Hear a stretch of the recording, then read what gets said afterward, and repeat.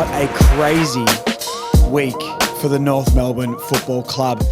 I don't think I've heard North in the media so much over the last 7 days than any other time that I've followed this club, to be honest, except when we're trying to get relocated, to be fair. But hey, it's a big week for North Melbourne. There's been so many things going on, and we're going to do a little bit of a timeline, a little bit of a breakdown about the week we have had as a football club. It all started against the Power. Cornes going off. PC, you're not playing, mate. Touch Football League has started. There's so many things, along with some others that we'll get to, that have happened in the North Melbourne world. Let's do a little bit of a play-by-play here because, like I said, it started against Port Adelaide. Paul Curtis lays a very regulation tackle on a Port Adelaide player. He wraps him up, drops his knees to bring the guy down. The momentum drags them forward, and the players' knees really caught the ground and sort of forced them forward. Now, anyone who thinks that's Paul Curtis's fault or really backs what happened there, I would really maybe question your logic on the game or where you want this game to go. Now, I understand. When I saw that and I saw him get reported, yes, I said to myself, that is weeks. I've said on this podcast many times that is going to be a suspension, even though it absolutely should not be. If you think it's a suspension because that's the rules, fine. But if you think it's a suspension for any other reason, probably have a look at your values in the game because you don't really understand where it's going and it's going down a dark, dark place. So Paul Curtis does that.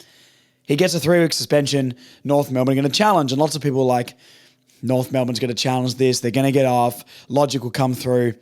Logic never comes through in the AFL, especially the last maybe 2 to 3 years, especially after those players from the 80s came back and complained about the AFL not looking after them at the time that they were playing. We'll talk about that a little bit after because there's more to dive in there. But ever since then, and the Braden Maynard situation, to be honest, the game's never been the same with its physicality, with its tackling, with its common sense when it comes to rules. So Paul Curtis ends up getting suspended. We challenge it. There was never any chance they were going to get off. It should have in all logic, but no, of course not. The AFL and the tribunal have decided it's done. You're off for 3 games, mate. So what I've learnt from that before we get into the fallout is that Dan Houston can swing at someone intentionally, and that is less of a suspension, which is crazy. And then if you king hit someone at a pub and nearly kill the bloke, that is only a 1 extra week suspension than what Paul Curtis got for a football action. You can also throw Jackson Archer in that and plenty of other players who aren't on North Melbourne, but this is a North Melbourne channel. This is what we're talking about. So it's not just a North Melbourne problem, it's a league-wide problem. But that's what I've learned. So instead, Paul Curtis, of tackling someone and accidentally their head getting hit on the ground, you should just intentionally swing at someone's head because you'll get less weeks. That's what I've learned. Sarcasm there, but you know what I mean. So that happens, gets suspended. Paul Curtis changes his profile picture to the ATFL, the Australian Touch Football League. And it was funny to see a few players come out, but we really need a person, a body, something to come out and actually make this game not safe, but like saving the game from becoming just under the corporate thumb. Because I don't believe after this action that people can play with freedom. And I don't believe, that sounds like a Trump supporter. I don't believe people can play with the natural instinct they grow up with and watching football since the first years of their lives. You playing with that instinct, the freedom, the ability to just judge in front of you what is happening and use your instinct to play the game of football. And that is the stuff that brings out the best moments in football. Now it feels like the game has an algorithm, the game has a watchful eye over the top, and it's very formulaic where it doesn't matter if the game incentivizes you to win the ball and, tackle the player for holding the ball. The game says to do that, but then when you do that and it goes like that, it's bad, even though there was no act. So obviously, as we all know, this is not, news I'm breaking at all. We are now suspending on outcome instead of intent. That is what it is. So Paul Curtis changes his profile picture. A very common theme in the AFL at the moment. A very, changing your profile picture doesn't really do anything. It's like the Jamara Ugahagan stuff with Nick Carrero. And a lot of people are like, oh, Jamara Fire's back. Realistically, bit of a childish thing to do in Jamara's situation. Paul Curtis obviously not being a personal thing. I think that's fine.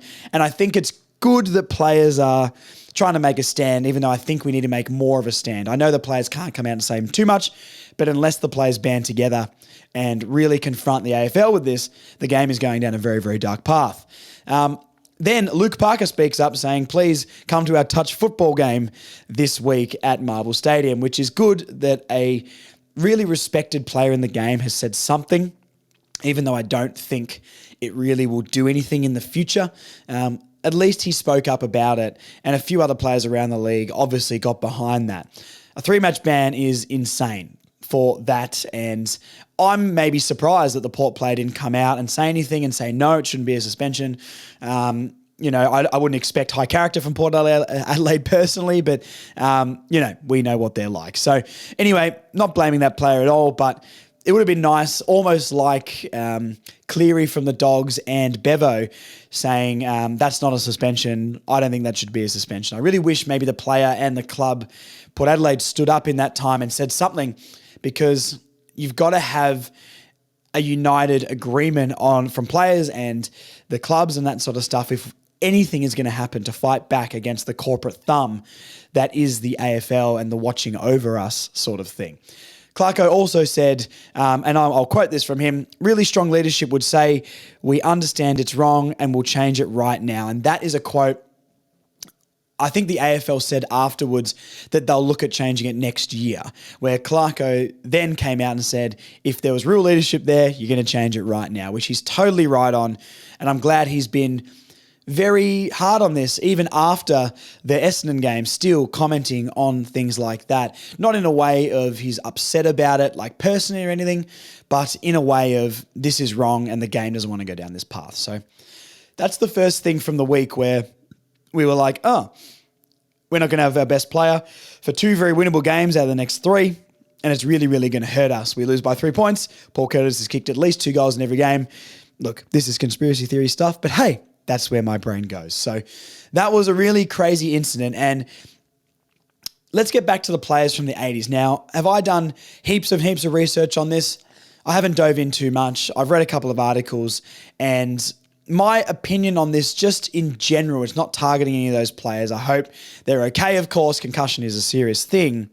But in my view, players from the 80s coming back, 30 years later, 40 years later, and saying you didn't protect us enough at the time is a little bit rubbish, because one, that's the first generation that would say the game's gone soft and all of the millennials and the Gen Zers are soft now.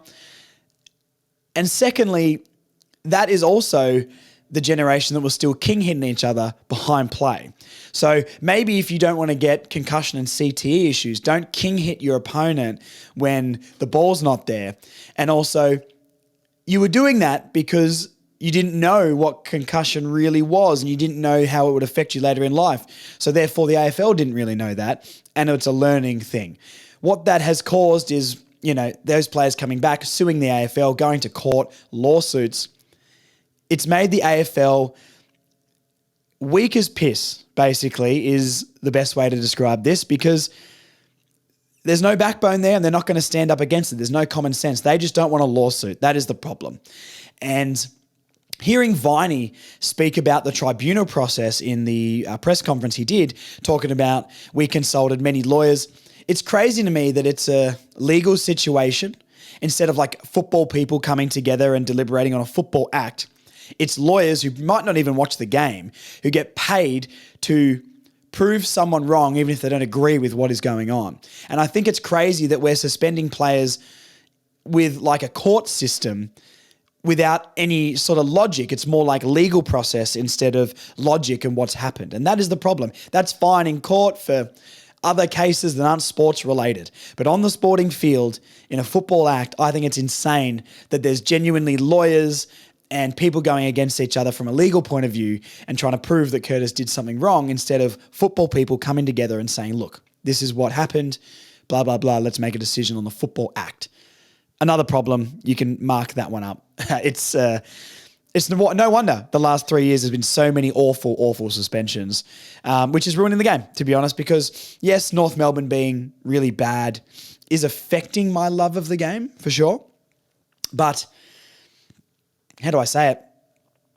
I'm not going to shy away from that, but I don't really watch as many neutral games anymore because it's just not as fun, and I really miss, and it's a boomer take, and I completely acknowledge this, but the game has changed more in the last 3 years in a very short space of time than it has over the last 10 to 20 years, in my opinion, because of all this sort of stuff with the head knock. And it's a serious thing, but we can't let this rule our lives. It's a contact sport. Players should be made to sign something when they came into the league saying, I acknowledge that concussion is unfortunately can be a side effect of playing this game. It's something that you've got to play at your own risk. That's why you get paid so much. That's why you get the lifestyle. Plenty of other workforces who don't make anywhere near that sort of money, have dangerous jobs and they're not complaining. You know what I mean? So I think from a working man and a common man's perspective, that is spot on. But also, the AFL as a product, it's not one-on-one and hasn't been for a while, but you can't beat your man with physicality and pressure and attack on the football. The game rewards you for attacking the football, but if you don't attack the football in exactly the way you want to, it's not going to reward you. It's going to punish you instead, but they incentivize you to do it, but not in that way. And it's just such a weird, slippery slope to go down. So anyway, I don't like where the game's heading. I don't enjoy neutral games as much. Yes, North being bad is a massive part of that.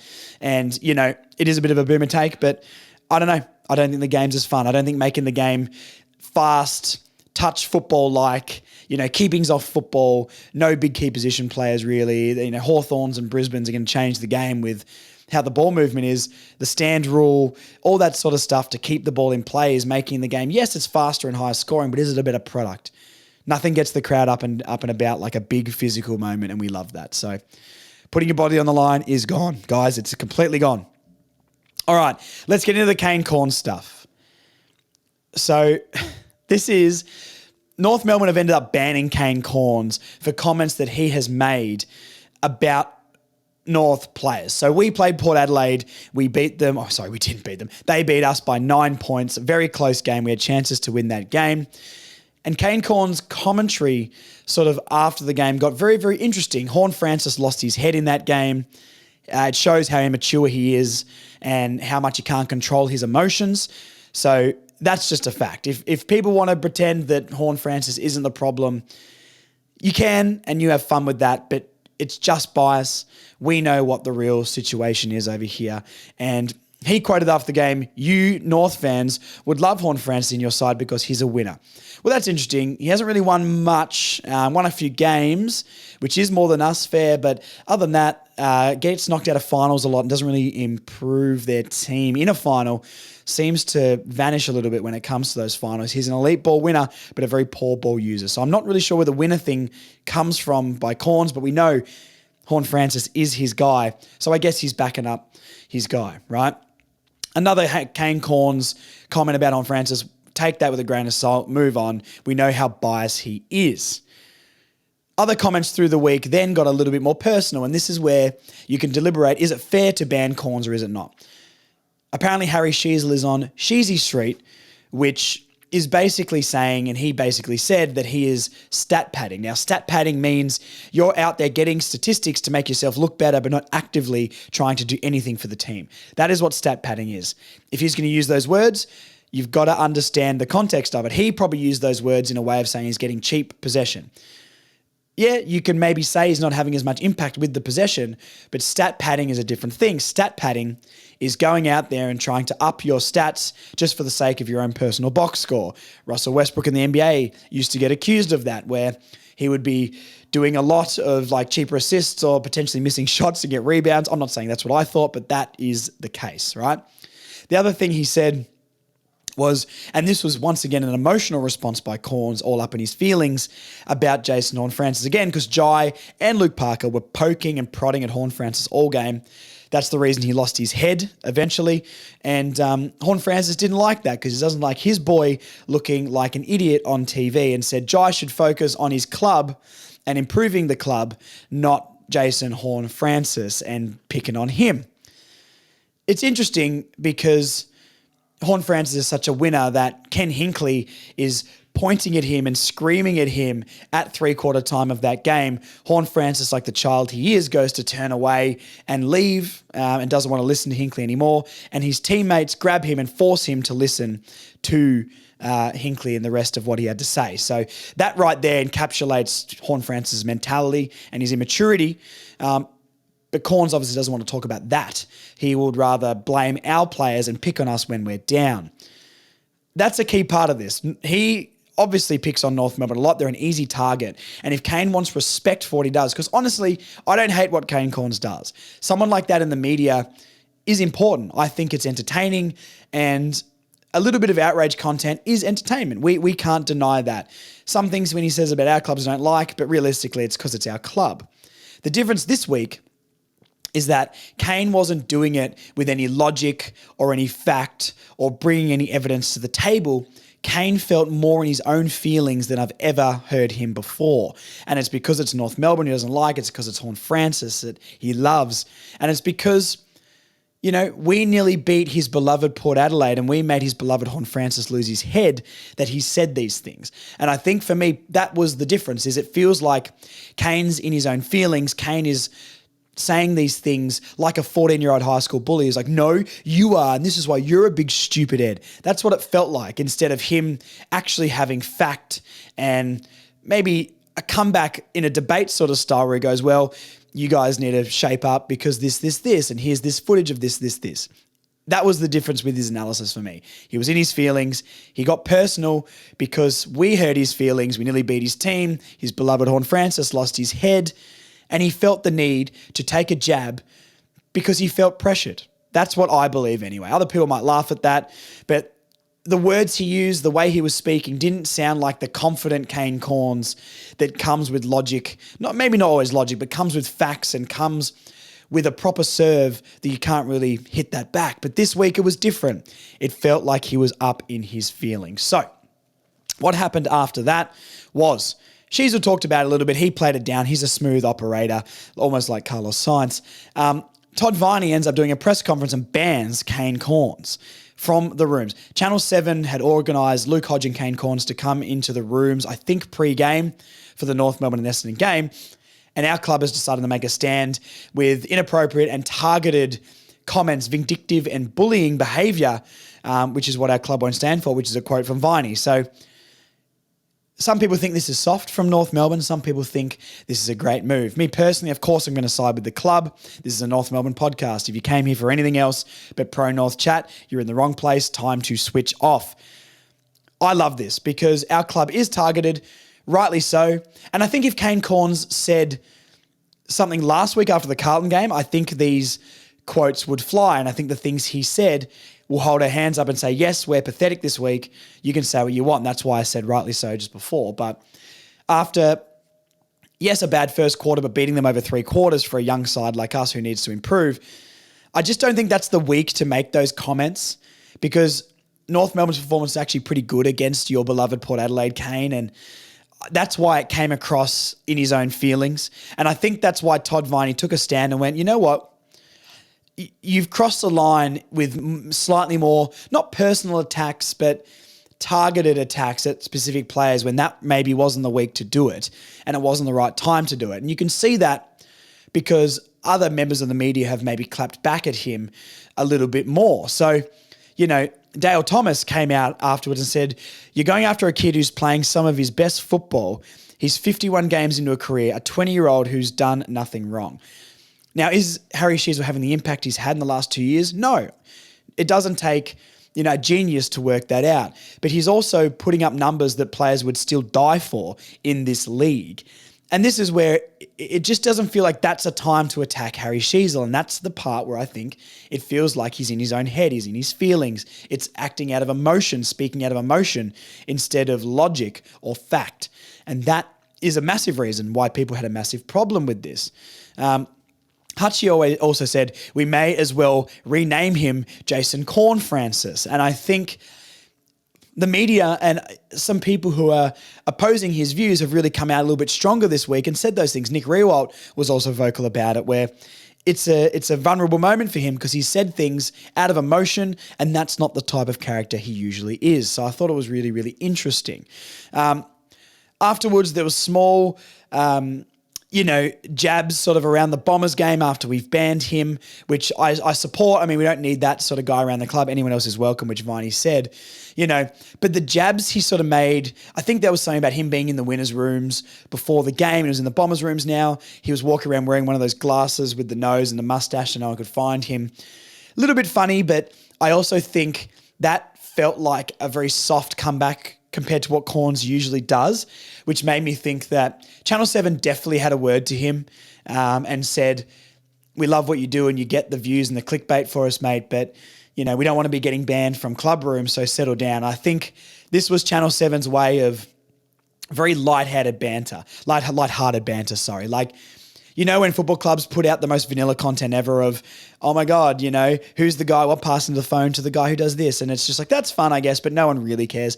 That's kind of what Channel 7 felt like, where it's like, let's put on this googly mask and, get him to walk around. That will pretend like we're sticking up for Kane Cornes, but we're not actually hurting anyone's feelings. And it was a soft reply, and it was a little bit weak, to be honest. I know people are going to oppose this. I know people are going to think that North Melbourne are soft, we're a rubbish club and you can't handle any criticism. For me, the overarching point, which I've mentioned a lot, is he was in his own feelings. He was acting out of emotion because it's his beloved Port that nearly got beaten. It's his beloved Horn Francis, who can do no wrong, even though he's an absolute child. So that is my opinion on this. Let me know down below what you think of both of these, of the Paul Curtis and the Kane Cornes situation this week. If you guys think any different, or you think that maybe I'm being too biased as a North Melbourne fan. I'm always trying to be as neutral as possible, but, I'm a North Melbourne fan at the end of the day. So, hey, once again, you clicked on the Further North podcast channel. That's what you're going to get, North Melbourne content. So some other things from the week after that as well. If those two things through the week weren't enough, then we find out ward laws are laid out. So we know, God, our chances have really been slashed of winning that game, because he hasn't recovered from a corky from the week before. We lose to the Bombers by 3 points with a contentious free kick. The umpires are puppeteering from above in their earpieces now and all that sort of stuff, but that's neither here nor there. It's frustrating. Of course, if that was a Geelong or a Collingwood, that free kick would stand, or a Dangerfield or a Dacos, we know that would stand. And then you've got the moment where Finbar at the end of the game has the chance to win the game and takes more than 30 seconds, gets called play on, shanks the kick a little bit, and we don't win the game in the end. That was incredibly stressful. Good on North Melbourne fans for getting through all of that game in general. Awful first half, better second half. Once again, our first quarter set us up for failure. Jackson Archer's going to be out for months because he's done his hamstring. But it's okay because Whitlock and RHJ re-signed, and Will Dawson is the answer to all of our goal-kicking problems, kicking 3 goals in the VFL. He looks huge, by the way, and I hope he gets a call-up. Imagine Larky, Finbar and Dawson in that forward line. That starts to make me a little bit more excited, especially for the future. But anyway, thank God our game was on Thursday. We can now chill for the weekend and not think about football, because I need to relax and exhale after all of that throughout the week. What a busy week it's been in North Melbourne world. We're in the headlines all over the place. A couple of honourable losses in a row, but that's not good enough. Now we face Brisbane. Absolutely terrifying. So we'll be back. Normal programming. No more Thursday games. Thank God. I like Thursday night football, but it threw my schedule out with work and the podcast. So we're going to get some Brisbane fans on for the preview of that terrifying game down in Tasmania.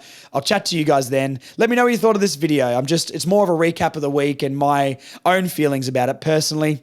Constructive criticism down below is always welcome. No sounding off, no hatred down there. I'm not interested in that. Let's put some logic. Let's be better than Kane Cornes. Let's put some logic down there. Tell me how you felt. Tell me what you think, and let's communicate. I'll see you guys for the preview podcast. Thank you for listening to this. I've tried to keep it as short as possible. Subscribe on YouTube, like the video, comments below. 5-star reviews on Apple and Spotify will also be fantastic for me. Thank you so much. Chat to you guys soon. I'm terrified of Brisbane.